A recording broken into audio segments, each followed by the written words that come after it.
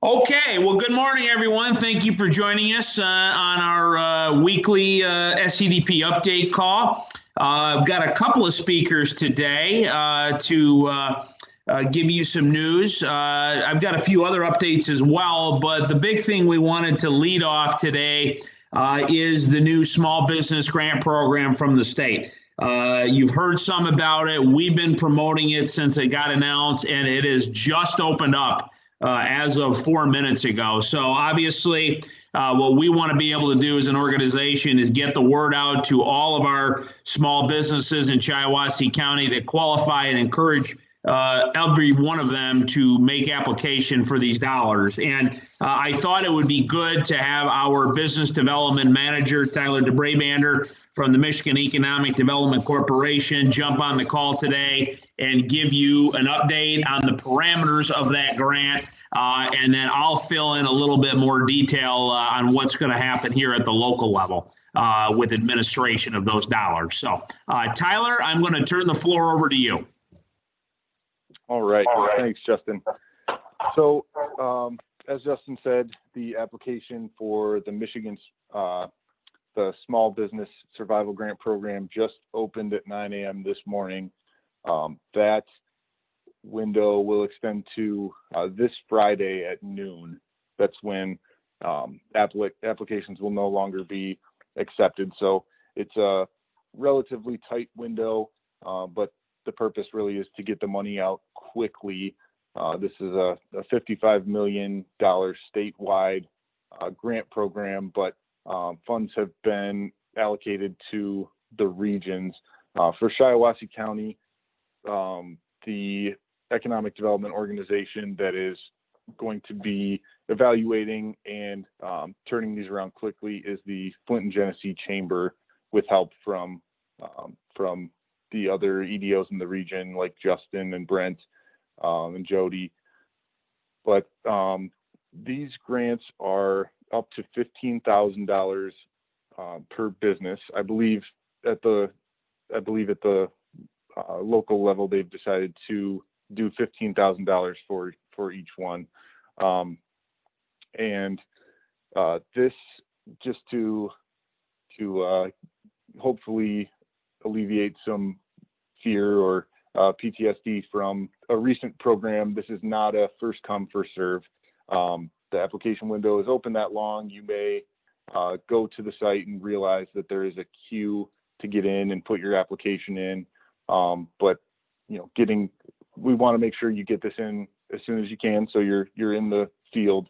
But there's no risk of funds being gone before you can apply.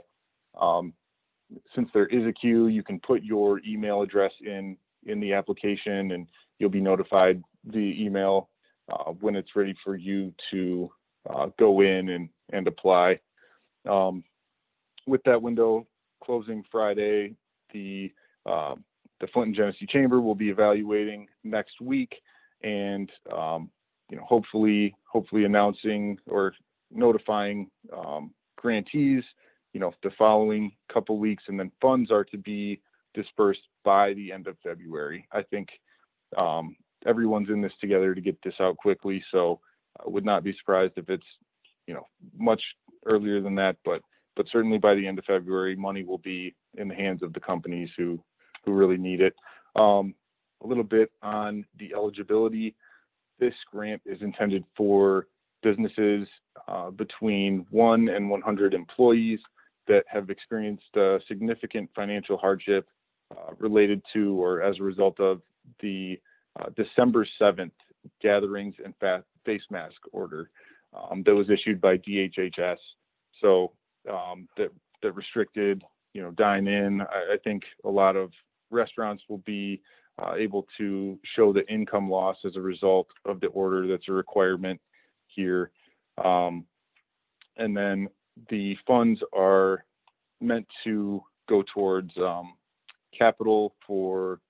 capital for payroll, rent or mortgage, utility expenses, or other expenses that the business had to incur to remain operating or reopen in outdoor situation or whatever they needed to do to stay compliant and open. And one other stipulation: this is not intended for live entertainment venues. They have their own program, the Stages grant. So any live entertainment venues that primarily get revenue from ticket sales, that's an up to $40,000 grant, and that program opens at 9 a.m. this Thursday, and we'll close next Thursday. One other note about the Small Business Survival Grant: the funds are able to be used for expenses that the business incurred in those related areas that I discussed between November 18th of 2020 and April 30th of 2021. So you can go back if after November 18th and allocate funding to those costs. That's really what I have for you here. I will hang on the line and be able to answer any questions, but really want to encourage you to check that out. And if you are interested in applying or know you're going to apply, please do plan to get this in early, because we expect there to be a pretty significant queue to get in, and just want to make sure that your application's in there and is able to be evaluated. Great. Thank you, Tyler. Well, I'm sorry. Were you done? Yeah. Okay. Yeah. Thank you. And I just want to say thank you for your continued support and the support of the Michigan Economic Development Corporation. I try and remember if this is round 3 or 4, probably round 4 now, of the funding programs that you've had. Just to piggyback a little bit on what Tyler said, this is different than the last one. They came in December. Some of you applied for that. That was the get online, first come, first serve. I got text messages that morning from some of you saying you were 7,200 in the queue or whatever. I mean, the system was just overrun because of the demand, obviously. This is different. This is not come first serve. There are 4 days to apply. And one thing I'm very happy about, unlike the other program, which had a statewide administration, our organization, SEDP, is going to be handling the evaluation for Shiawassee County. So just to flesh that out a little bit, what will happen is once all the applications are in as of close of business Friday, we will be evaluating them at a county level within the I-69 region, with those recommendations then sent back to the Flint Genesee Chamber for formal approval and then disbursement of funds. Bottom line, we are going to do, as Tyler said, $15,000 grants. There is statewide eligibility, up to 20 for those that have been completely closed. Really, we haven't had any businesses that have been 100% closed in the last couple of months due to the state orders. So there was a decision made at the regional level. 15,000 will be the number, and based on the allocation that Shiawassee County is going to get, we will be able to do either 30 or 31 grants. So I don't have the exact on that, but it'll be 30 or 31. So I just want to make sure everyone knows what the expectations are. As Tyler said, money has to be dispersed by the end of February. I know our hope is to make those decisions a lot quicker, and then hopefully at least start being able to make some announcements of recipients, probably, I'm hoping, by early February. So we got to get this money turned around as quick as possible. So certainly encourage all eligible businesses to apply. As Tyler said, really any business that was affected by the orders would be eligible. Yeah, that's a big program, and I want to thank Tyler and his team for moving this forward. I'm going to hold questions right now because I want Gary to jump in from Governor Whitmer's office to give an update, and then we can do questions after that. So, Gary, do you want to add on to that or any other things you want to tell the group from the governor? All right. Yep. Good morning, everyone.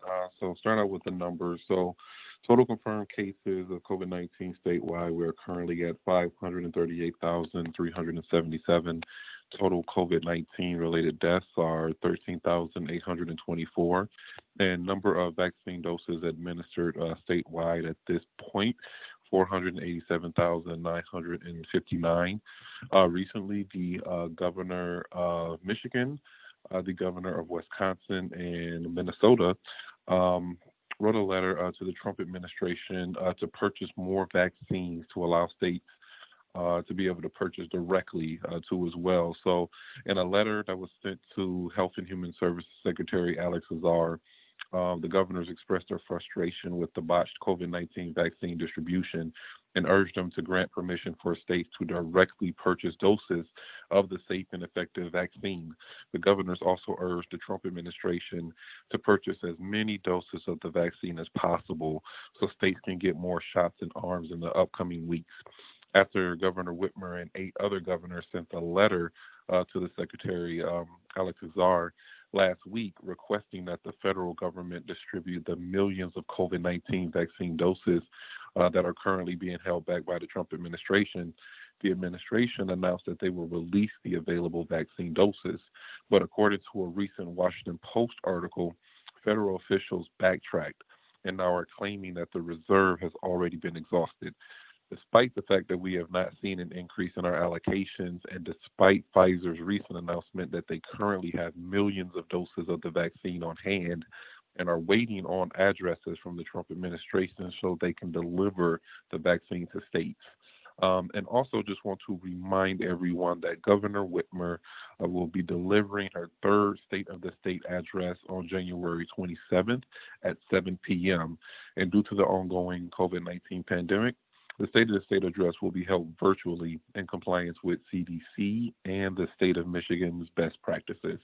And just want to plug the best websites as far as resources that we have available. So michigan.gov/COVID vaccine is the catch-all website for anything related to the COVID-19 vaccine. And michigan.gov/coronavirus is the best catch-all website at the state level for everything pertaining to COVID-19 statewide.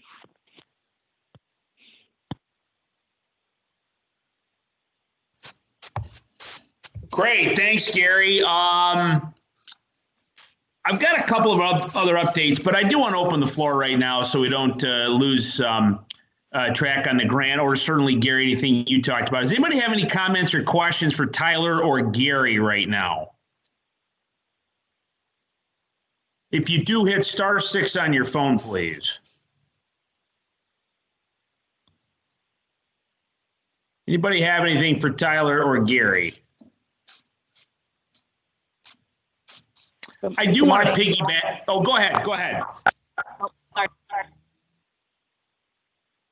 Oh, I heard somebody. Does somebody have a question? Good morning. Oh. Good morning. Yep, we can hear you. Go ahead. Okay. This is Shiawassee, director of the shelter here locally. Gary, I have a question. So we've administered 487,059 vaccines. How many did the state receive?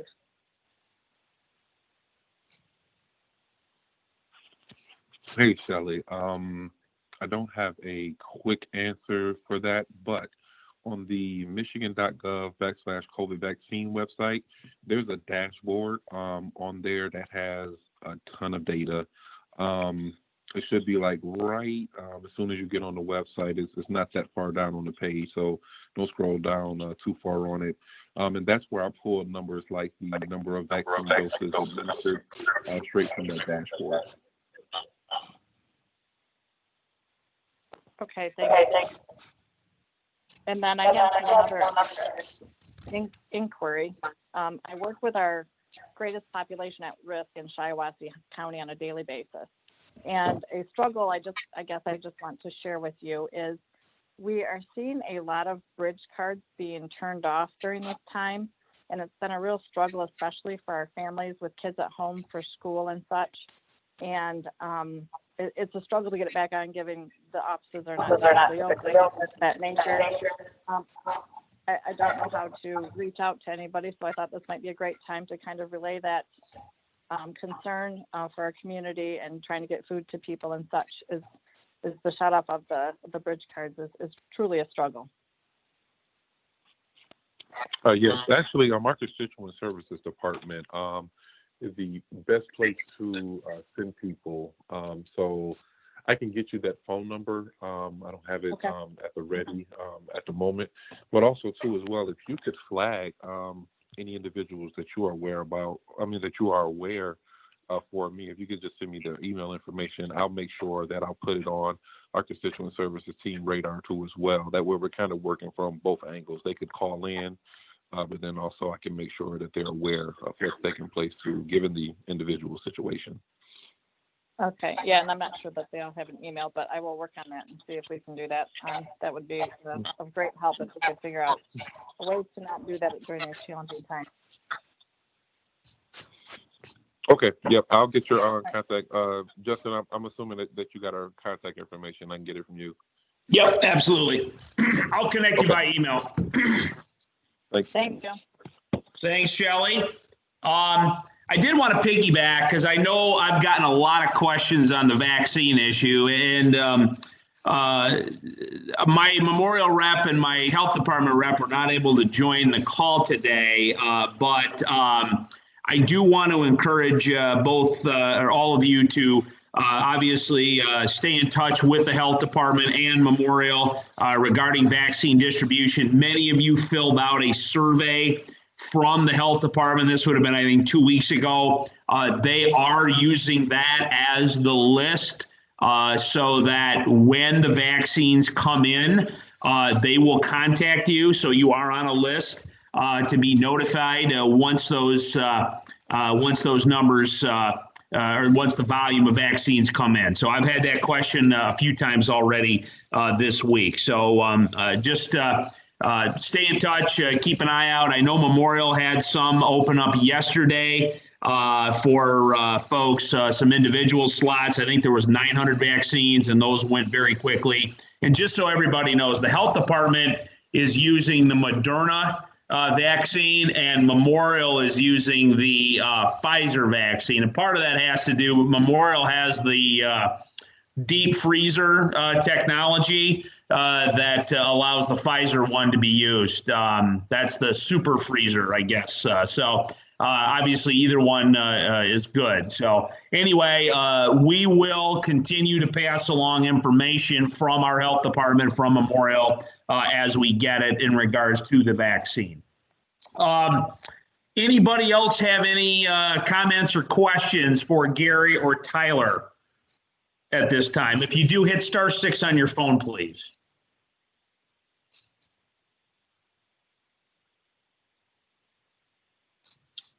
Okay, I do want to give you a couple more quick updates.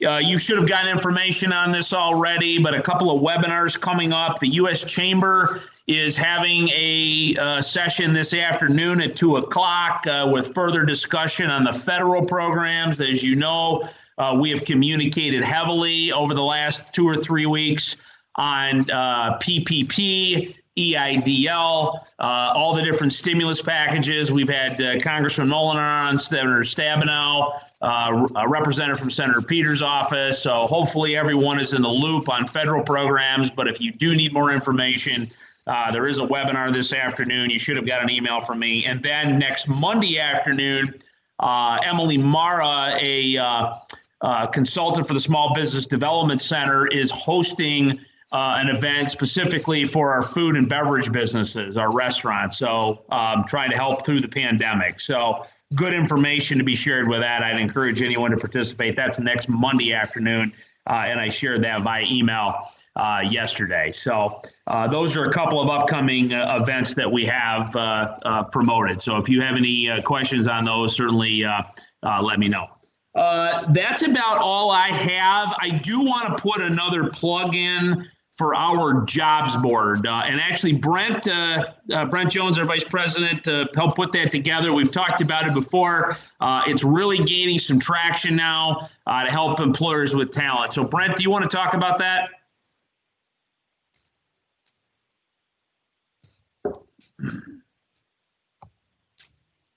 I think he's still on there. Yeah, sorry, my mute didn't want to come off on that.